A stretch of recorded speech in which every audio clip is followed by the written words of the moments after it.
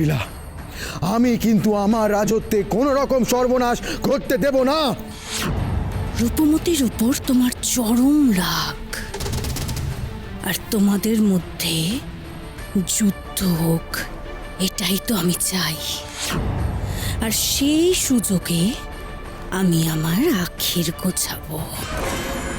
এত চিন্তা করছো কেন? আমি তো আছি তোমার সাথে। রূপমতি মগজকে উদ্ধার করতে যাক না, কিন্তু পারবে তো না, সেটা তুমিও খুব ভালো করে জানো। মগজকে তুমি এমন জায়গায় বন্দি করে রেখেছো যেখানে কারোর পৌঁছাবার সাধ্য নেই। আর যারা এর মধ্যে মুক্তি পেয়েছে তারা আবার তোমার পদানত হবে। রূপমতির শেষ হবেই, আমি কথা দিচ্ছি তোমায়। তুমি শান্ত হও। কিন্তু ও যেভাবে সবাইকে আমার বিরুদ্ধে খেপিয়ে তুলেছে, যা ইচ্ছে করতে দাও সূর্য। আমি আর তুমি যখন একত্রিত হয়ে রূপমতিকে আক্রমণ করব, তখন ওর পায়ের তলা থেকে মাটি সরে যাবে। আমি তোমায় শিখিয়ে দেব কি করে ওর সাথে ছল করতে হয়। রূপমতি নিশ্চয়ই মগজকে মুক্ত করতে আর নিজের ভাইকে উদ্ধার করতে অনিদ্রা কারাগারে যাবেই যাবে। আর এই সুযোগে আমি ওকে আমার তেজে ভস্ম করে দেব।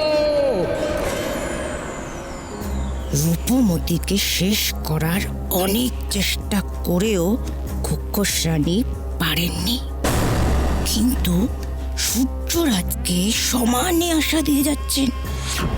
এদিকে মগজ উপাদান রূপমতি উদ্ধার করবে বলে সেই আশাতেও রয়েছে।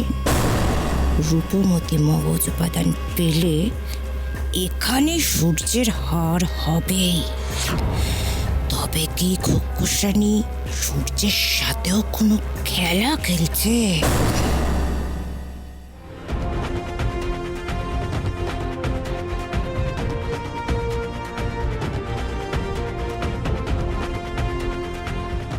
এখানে তো বিভিন্ন দিকে অনেকগুলো পথ চলে গেছে। কোন পথটা ধরলে আমরা চিন্তার তৃতীয় খণ্ড অর্থাৎ যুক্তিখণ্ড খুঁজে পাবো? কোন পথে যে কোন বিপদ লুকিয়ে আছে কে জানে। কিন্তু আমাদের খুঁজে পেতেই হবে, আর জিততেও হবে।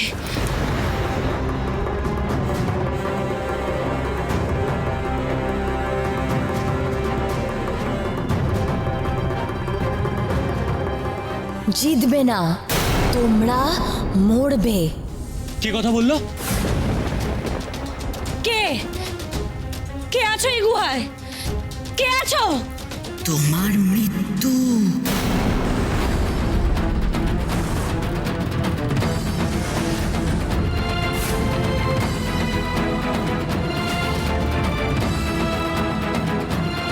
নিশ্চয়ই ভয়ানক কিছু আসছে রূপমতি,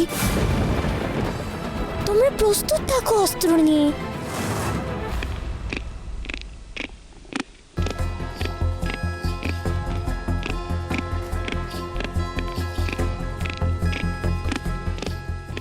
দাঁড়াও, এই শব্দটাও একদিক থেকে আসছে না, দুটো আলাদা আলাদা দিক থেকে আসছে। তার মানে কি বিপদ দুটো পথ ধরে আসছে?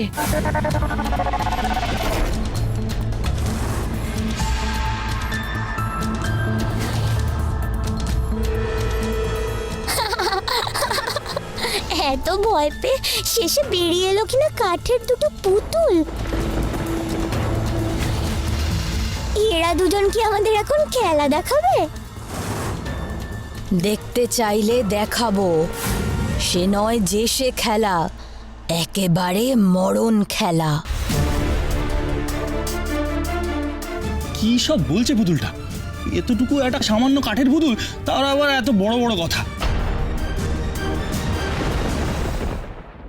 এখানে এসে যে এই সমস্ত কিছু দেখতে হবে না, তা জীবনেও ভাবিনি আমি। না, ওদেরকে অতটা গুরুত্বহীন মনে করো না। ওরা আমাদের কি বিপদে ফেলতে চায় আমরা কিন্তু তা এখনো জানি না। তোমরা কারা? আমার নাম সত্য। আমি মিথ্যা? যুক্তিখণ্ড নিতে গেলে তোমাদের যুক্তির লড়াইয়ে আমাদের হারাতে হবে। যুক্তির লড়াই মানে কি তর্ক বিতর্ক? তর্ক বিতর্ক? না, একটাই বাক্য বলতে হবে আমাদেরকে। বাক্যটা যদি সম্পূর্ণ সত্যি হয় তাহলে আমি তোমাদের বিষাক্ত সাপে ভর্তি পথে টেনে নিয়ে গিয়ে মারব। আর বাক্যটা যদি সম্পূর্ণ মিথ্যা হয় তাহলে আমি তোমাদের টেনে নিয়ে গিয়ে পাথর চাপা দিয়ে মারব।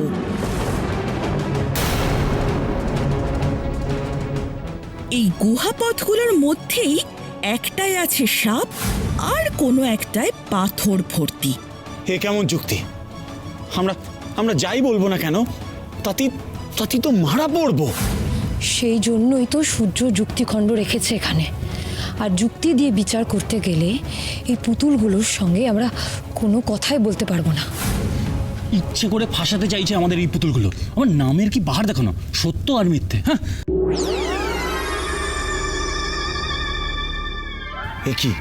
এ কি রাজকুমারী, তুমি হাসছো কেন? কি ভাবছো রূপমতি?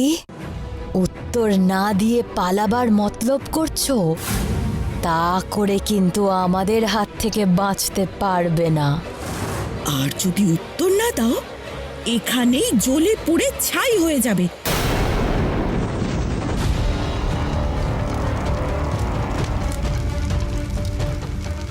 আমি ভেবে নিয়েছি আমি তোমাদের কোন বাক্যটা বলবো। রূপ, এদের কিচ্ছু বলতে যাস না। এরা আমাদের কথার জালে ফাঁসিয়ে শেষ করতে চাইছে। চিন্তা নেই ওর, আমি এদেরকে এমন বাক্য বলবো যাতে আমাদের কারোর কোনো বিপদ না হয়। তুমি নিশ্চিত তো রাজকন্যা? না, আমার তোমার উপর পূর্ণ বিশ্বাস আছে। আমি জানি তুমি যেটা বলবে, যেটা করবে, সবসময় সেটা সঠিক হবে।